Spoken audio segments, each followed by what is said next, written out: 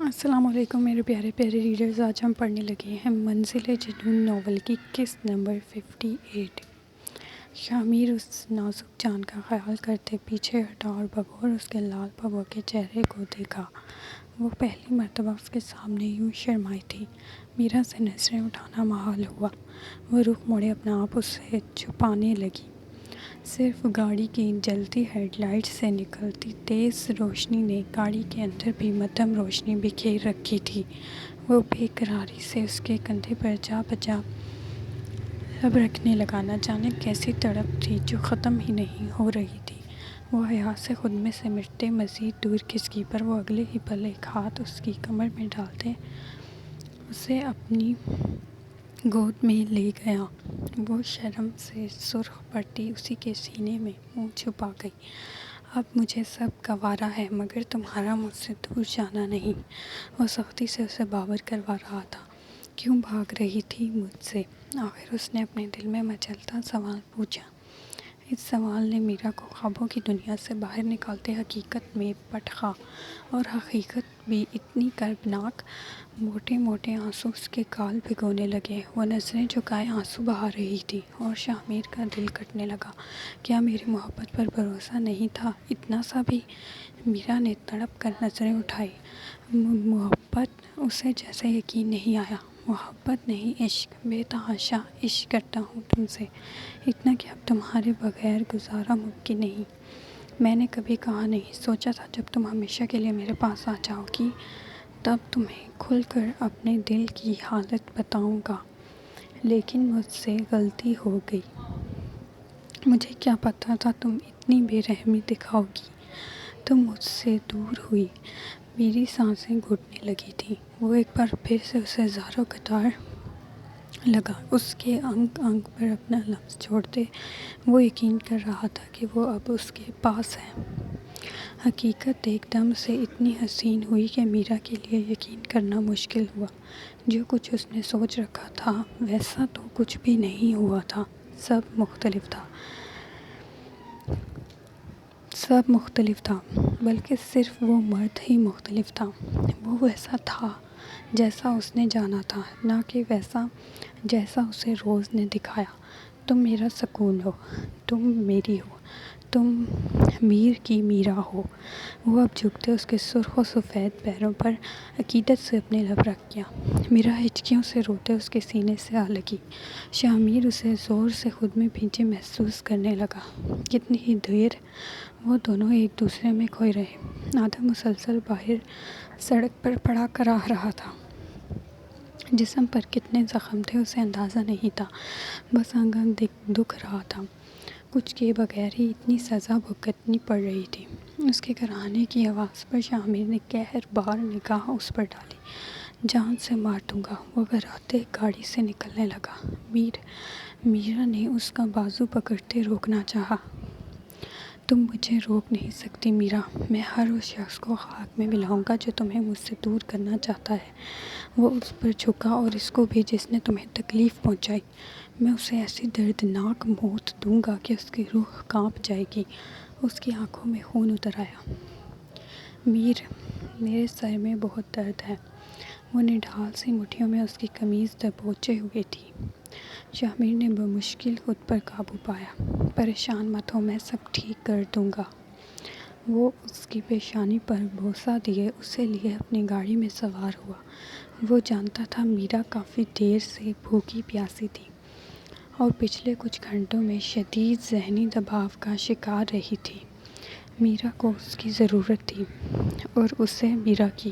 آدم کو وہیں خالی سڑک پر چھوڑے اس کی گاڑی دھول اڑاتی وہاں سے نکل گئی۔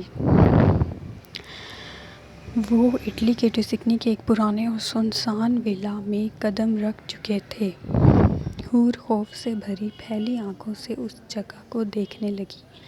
یہ ولا پہاڑیوں کے بیچ کھیتوں اور جنگل میں گھرا تھا۔ وہاں کی پتھر سے بنی اونچی دیواروں اور بھاری دروازوں کو دیکھتے اس کے قدم سست پڑے۔ قید کے احساس نے اسے اپنے شکنجے میں جکڑا۔ چھوٹی چھوٹی کھڑکیاں جن پر لوہے کی موٹی جالیاں تھیں پھر سے اس کا سانس بند کرنے لگی۔ دور دور تک کوئی نہیں تھا سوائے ہر کچھ قدم پر کھڑے گارڈز کے۔ کنگ اور خالد آگے چل رہے تھے جبکہ وہ ڈاکٹر اس کے پیچھے تھی۔ گارڈز نے آگے پیچھے سے انہیں گھیرا ہوا تھا۔ جلدی چلو، اس ڈاکٹر نے اسے پیچھے سے دھکا دیا۔ وہ گرتی مگر اس سے پہلے ہی وہ خود کو سنبھال گئی۔ لوہے کی بیڑیوں سے بندھے ہاتھ اس نے اپنے پیٹ پر رکھے۔ گہرے سانس بھرتے وہ یقین کرنے لگی کہ کچھ نہیں ہوا۔ آنسو تیزی سے بہنے لگے۔ وہ سب اندر داخل ہوئے تو ہال میں کام کرتے ملازموں نے ایک نظر سرخ لباس میں ملبوس اس خوبصورت لڑکی پر ڈالی جس کے لمبے بھورے بال کمر سے نیچے تک بکھرے ہوئے تھے۔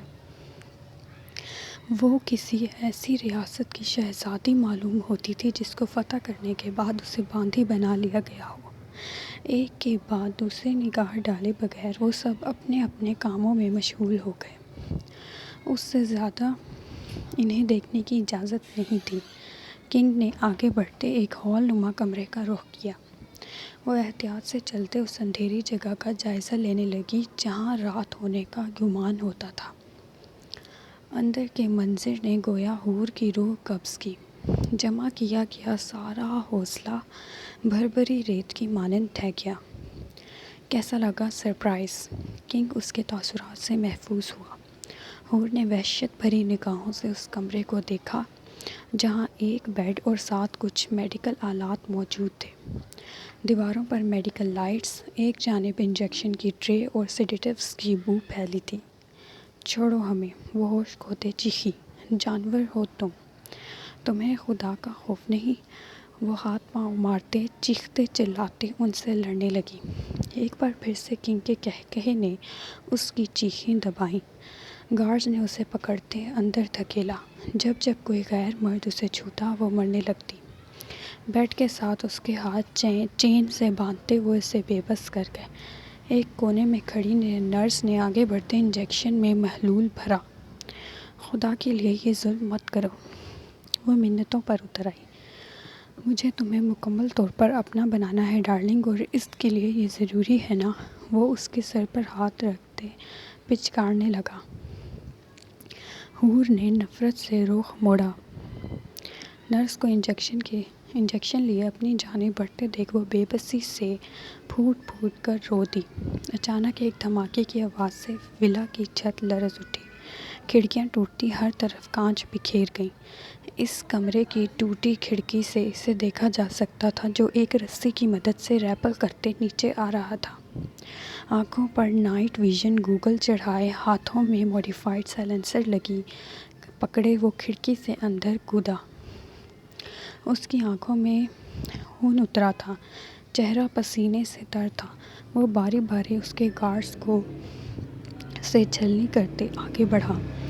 صرف ایک نگاہ اس نے بستر پر موجود اس وجود پر ڈالی جس میں اس کی جان بستی تھی، جس کے لیے وہ جنون کی حد تک پاگل تھا، اور آج وہ اس کے ہوتے ہوئے اس حال میں تھی۔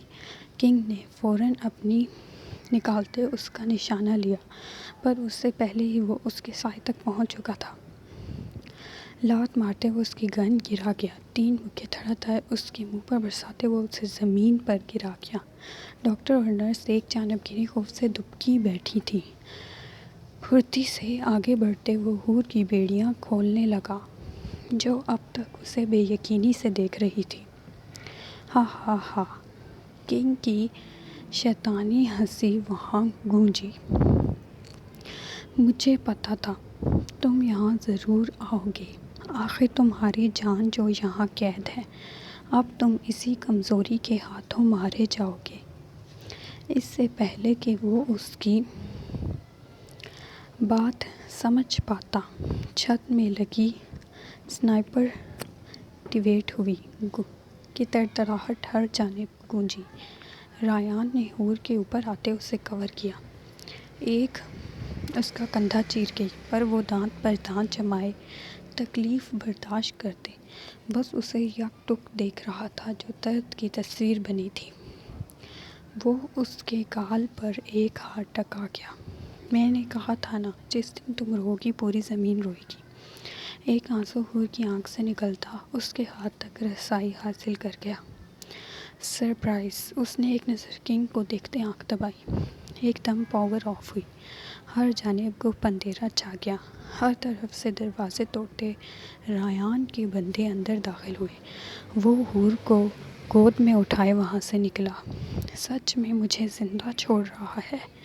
کنگ کی آواز نے اس کے قدم روکے۔ تو مرے گا، پر ابھی بہت کچھ دیکھنا باقی ہے۔ خون، دھول اور بارود کی بو پیچھے چھوڑتے وہ حور کو لیے وہاں سے نکل گیا۔ وہ کب سے کمرے میں ادھر سے ادھر چکر لگاتے اس کا بے صبری سے انتظار کر رہا تھا، لیکن وہ تھی کہ آ ہی نہیں رہی تھی۔ اب اسے لاریب کو بیچ میں لانے پر افسوس ہو رہا تھا۔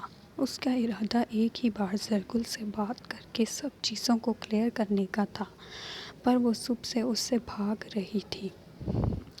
سہرابیہ کو بھوک لگی تو وہ اسے بھی اپنے ساتھ لے گئی تھی، اور اب صبح کے بعد سے اس نے ان دونوں کا چہرہ نہیں دیکھا تھا۔ سہرابیہ کو دیکھے بغیر تو اب اس کا بھی دن نہیں کٹتا تھا۔ اتنے کم وقت میں اس ننھی منھی سی جان نے خود ہی اس کے دل میں اپنے لیے بے پناہ محبت بھر دی تھی۔ اس نے ایک نظر وال کلاک پر ڈالی جہاں اب رات کے 11 بج رہے تھے۔ اب ایسے بھی کون سے کام تھے جو ختم ہی نہیں ہو رہے تھے۔ اب اسے غصہ آنے لگا۔ آخر کار ہار مانتے وہ تیزی سے کمرے سے باہر نکلا۔ جلدی سے سیڑھیاں اترتے وہ کچن کی جانب بڑھا۔ وہ زنک کلر کا کامدار جوڑا پہنے اور اوپر ویلویٹ کی شال سے خود کو ڈھکے دوسری جانب منہ کیے کسی کام میں مصروف تھی۔ زر جان اس کی نازک کو اپنے ہاتھوں میں دبوچتے اس نے اس کی گردن میں اس کی مخمور آواز پر لاریب کی ہتھیلیاں پسینے سے تر ہوئیں۔ وہ سمجھ چکی تھی وہ اسے زرگل سمجھ رہا ہے۔ خود سے وہ اس کے قریب آئے ایسا کہاں ممکن تھا، لیکن وہ چپ کی کھڑی رہی۔ پر اگلے ہی لمحے وہ کرنٹ کھاتے پیچھے ہٹا۔ یہ اس کی زر جان کی خوشبو نہیں تھی، یہ وہ احساس ہی نہیں تھا جو اس کی رگوں جاں میں سکون بھر دیتا تھا۔ بہروز اس سے پہلے کہ وہ کچھ بولتا، رباب بیگم کی آواز نے اسے متوجہ کیا۔ اس نے فوراً پیچھے مڑ کر دیکھا۔ وہ کچن کی انٹرنس پر کھڑی تھی اور ان کے بالکل ساتھ وہ کھڑی تھی، آنکھوں میں ٹھہرے ساکت آنسو لیے اور بے یقینی لیے وہ اسے شکوہ گناہ نگاہوں سے دیکھ رہی تھی۔ وہ سہرابیہ کو لیے واپس اپنے کمرے میں چلی گئی تھی۔ اسے لگا تھا اب وہ اسے منانے آئے گا، لیکن اس کے بجائے رباب بیگم اس کے پاس پہنچ گئیں۔ وہ اسے اچھی طرح سے ڈانٹ پلانے کے بعد اپنے ساتھ کچن میں لائی تھیں تاکہ وہ بہروز کے لیے کھانا لے کر جا سکے جو اس نے شام نہیں کھایا تھا، لیکن وہاں اسے یہ دیکھنے کو ملے گا اندازہ نہیں تھا۔ زرگل تم کہاں تھی؟ وہ غصے سے بولتے اس کی جانب بڑھا۔ کیوں؟ آپ کو کیا فرق پڑتا ہے بھلا؟ آپ تو یہاں چاہ کر بھی آگے وہ بول نہ پائی۔ آواز رند گئی۔ تم غلط سمجھ رہی ہو۔ میں نے پیچھے سے دیکھا تو مجھے لگا یہ تم ہو۔ تمہارا بھی تو ایسا ہی ڈریس ہے، یہ صرف غلط فہمی تھی۔ اس نے آگے بڑھتے فوراً صفائی دی۔ آپ تو کہتے تھے میرے علاوہ کوئی آپ کو چھوئے بھی تو آپ کو نفرت محسوس ہوتی ہے، پھر اب کیسے آپ کو پتہ نہیں چلا؟ کیسی غلط فہمی؟ اور کتنی غلط فہمیاں ہوئی ہیں آپ کو؟ وہ انگوٹھی بھی آپ نے غلطی سے دے دی ہوگی۔ وہ کہاں اپنے خان کو کسی اور کے ساتھ دیکھ سکتی تھی؟ اب بھی یہ سب اس کی برداشت سے باہر ہو رہا تھا۔ بس کرو زرگل، فالتو میں بات مت بڑھاؤ۔ تم دونوں کمرے میں جا کر بات کرو، اور لاریب تم بھی اپنے کمرے میں جاؤ۔ رباب بیگم نے حکم دیتے بات ختم کرنا چاہی۔ وہ دونوں تو اپنی جگہ سے نہ ہلے، البتہ لاریب فوراً ان کا حکم مانتے باہر نکلی۔ زرگل کے ساتھ سے گزرتے وہ طنزیہ مسکرائی، اور یہی مسکراہٹ اسے اتنی بھاری پڑنے والی تھی اس سے قطعی اندازہ نہیں تھا۔ وہ ابھی کچن سے نکلتی کہ اس سے پہلے ہی اس کے بال زرگل کی گرفت میں تھے۔ چڑیل کہیں کی، وہ اسے بالوں سے پکڑ کر کھینچتے چیخی۔ لاریب اس اچانک افتاد کے لیے بالکل تیار نہیں تھی۔ وہ درد سے کراہتے خود کو چھڑانے کی کوشش کرنے لگی۔ بہروز ہکا بکا زرگل کا نیا روپ دیکھ رہا تھا۔ کیا کر رہی ہو؟ چھوڑو اسے۔ رباب بیگم خود حیران پریشان تھی۔ بہروز نے ہوش میں آتے زرگل کے ہاتھ سے اس کے بال چھڑائے جو اس نے بمشکل ہی چھوڑے تھے۔ لاریب نے صدمے سے اس کے ہاتھ میں بالوں کا گچھا دیکھا جو وہ اس کے سر سے اتار چکی تھی۔ چھوڑیں مجھے اور تم وہ انگوٹھی واپس کرو، وہ میری ہے۔ زرگل اس کا ہاتھ دبوچے اس کی انگلی سے انگوٹھی کھینچ کر نکال گئی۔ آنٹی! لاریب نے آنکھوں میں آنسو لاتے مدد طلب نظروں سے رباب بیگم کی طرف دیکھا۔ بہروز اس طرح اسے حصار میں لیے کھڑا تھا کہ وہ خود تو زرگل کو ہاتھ تک نہیں لگا سکتی تھی۔ زرگل کیا ہو گیا ہے تمہیں؟ سارے لحاظ بھول گئی؟ معافی مانگو فوراً۔ انہوں نے فوراً سے جھاڑ پلائی۔ زرگل ایک بار پھر رونے کی تیاری کرنے لگی۔ اسے لگ رہا تھا وہ تینوں اس کے خلاف ایک ساتھ کھڑے ہیں اور دوسری جانب وہ اکیلی تھی۔ ایک منٹ امی جان، پہلے میں یہ انگوٹھی والی بات کلیئر کر لوں۔ اس نے زرگل سے وہ انگوٹھی لی۔ اسے حیرت کا جھٹکا لگا کیونکہ وہ واقعی یہ انگوٹھی خود لایا تھا۔ میں نے تو یہ آپ کے پاس رکھوائی تھی نا؟ اس نے سوالیہ نگاہوں سے رباب بیگم کی طرف دیکھا۔ ہاں، لیکن لاریب میرا اتنا خیال رکھتی ہے تو میں نے یہ اسے تحفے میں دے دی، اور تم نے بھی تو یہ نہیں بتایا کہ تم یہ انگوٹھی زرگل کے لیے لائے تھے۔ ان کی بات پر زرگل نے حیرانی سے اپنے سامنے کھڑی اس مکار لڑکی کو دیکھا جو اسے کوئی اور ہی کہانی سنا چکی تھی۔ بہروز نے اپنے بالوں میں ہاتھ پھیرتے خود پر قابو پایا۔ اور تم اگر ایک بار مجھ سے بات کر لیتی تو میں تمہیں خود بتا دیتی۔ رباب بیگم کو اس کی حرکت بالکل پسند نہیں آئی تھی۔ میں نے بھی اسے بولا تھا کہ یہ مجھے آنٹی نے گفٹ کی ہے، لیکن یہ مان ہی نہیں رہی تھی، بار بار مجھے جھوٹا بول رہی تھی۔ لاریب نے مزید ٹسوے بہائے۔ نہیں بہروز، یہ جھوٹ بول۔ وہ اپنی بات مکمل کرتی اس سے پہلے ہی بہروز نے اس کے لبوں پر انگلی رکھ دی۔ شش! چلو میرے ساتھ۔ وہ اس کا ہاتھ پکڑتے تیزی سے اپنے کمرے کی جانب بڑھا۔ مجھے نہیں جانا آپ کے ساتھ۔ سیڑھیاں چڑھتے وہ غصے سے گریل تھام گئی۔ کیا چاہتی ہو؟ اٹھا کر لے جاؤں؟ وہ اس سے بھی زیادہ غصے سے دھاڑا کہ زرگل سہم گئی۔ سہرابیہ میرے کمرے میں ہے۔ اوپر پہنچتے اس نے ڈرتے بتایا۔ بہروز نے مڑتے اسے ضبط سے دیکھا جو اس کے منع کرنے کے باوجود کمرہ بدل چکی تھی۔ اندر داخل ہوتے اس نے ایک نظر سہرابیہ پر ڈالی جو کمبل میں گہری نیند میں تھی۔ اب بتاؤ کیا تھا یہ سب؟ اسے کندھوں سے تھامتے دیوار کے ساتھ لگاتے وہ اس پر چھایا۔ آپ بتائیں نیچے کیا کر رہے تھے؟ کیسے فرق پتہ نہیں چلا اپنی بیوی اور کسی غیر میں؟ وہ اس کا کالر دبوچ گئی۔ بہروز نے داد دیتی نظروں سے اسے دیکھا۔ یہ آج میری ہرنی میں شیرنی کی روح کیسے آ گئی؟ وہ اس کے دبنگ انداز پر واقعی حیران تھا۔ بہروز! اس کی آواز ڈبڈبائی۔ میری جان کہہ تو رہا ہوں تمہارے پاس بھی ویسا ہی جوڑا ہے جیسا اس نے پہنا تھا، اس لیے میں دھوکہ کھا گیا، لیکن فوراً احساس ہو گیا تھا مجھے، تبھی تو پیچھے ہٹ گیا تھا۔ اب یہ مت کہنا کہ تم نے یہ نہیں دیکھا۔ زرگل نے اس کی آنکھوں میں دیکھا جہاں صرف سچائی تھی۔ وہ اسے بیڈ پر بٹھاتے خود اس کے قدموں میں بیٹھا۔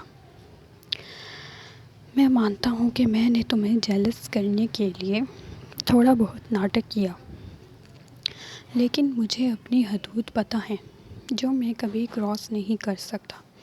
زرگل نے اس انکشاف پر اسے حیران کن آنکھوں سے دیکھا۔ تو اور کیا کرتا، میں تمہاری ایک نظر کے لیے ترس رہا تھا اور تم تھی کہ مجھے دیکھتی ہی نہیں تھی اور اوپر سے اپنا بھی خیال نہیں رکھتی تھی، پھر مجھے مجبوراً یہ قدم اٹھانا پڑا۔ میں ڈر گیا تھا زرگل، تمہاری حالت نے مجھے اندر سے ڈرا دیا تھا۔ بچہ تو ہم دونوں نے اپنا کھویا تھا، لیکن میں تو کسی کے ساتھ اپنا غم بھی نہیں بانٹ سکا۔ خود ٹوٹ جاتا تو تمہیں کیسے سنبھالتا؟ میں تو آج بھی اس گلٹ میں ہوں کہ وہ سب میری وجہ سے ہوا۔ تم میرے لیے بے حد قیمتی ہو زرگل، میں تمہیں کھو نہیں سکتا، کسی قیمت پر نہیں۔ وہ اس کے ہاتھوں پر شدت سے اپنے لب رکھ گیا۔ زرگل نے زاروں کے تار روتے اسے اپنے سینے سے لگایا۔ بس اب مت رونا، وہ اس کے آنسو پونچھتے اسے بیڈ پر لٹا گیا۔ ایک طرف سوئی سے رابعہ کو اس نے بغور دیکھا، جس کے موٹے موٹے گال سرخ تھے۔ اب اس کی صحت کافی حد تک بہتر ہو چکی تھی۔ اس نے جھکتے اسے پیار کیا۔ زرگل نے مسکراتی آنکھوں سے اس حسین منظر کو دیکھا۔ بس 2 دن کا وقت دے دو، پھر لریب اس گھر میں نظر نہیں آئے گی۔ وہ اب اس کی پیشانی چومتے وعدہ کر رہا تھا۔ اس نے مجھ سے جھوٹ بولا کہ جانتا ہوں سب، فی الحال بس مجھے محسوس کرو۔ جانتی ہو کتنی دن سے پیاسے صحرا کی مانند ہوں، مجھے تمہارے لمس کی صورت میں بارش چاہیے۔ اس کے کان میں مدھم سرگوشی کرتے ہوئے اس کی اتارتے اس پر حاوی ہوا۔ زرگل نے اس کے گرد اپنی باہوں کا حصار باندھتے آنکھیں موند لیں۔